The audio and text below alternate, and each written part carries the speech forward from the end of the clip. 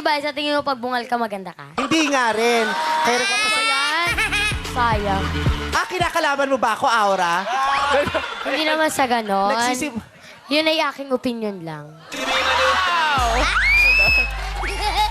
Ang tagal kong inantay ang pagkakataong to na magkakita tayong mag-ina. Tapos ganyan pa lang nararamdaman mo sa akin. Hindi ko rin talaga makaya eh.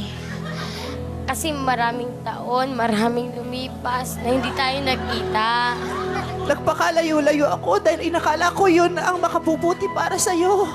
Nag-OFW ako para magpundar ng pang-tuition fee mo. Ano meaning ng OFW?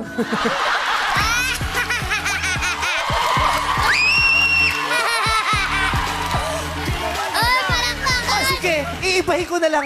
Nang ibang bayan ako. Nagpunta ako ng Saudi.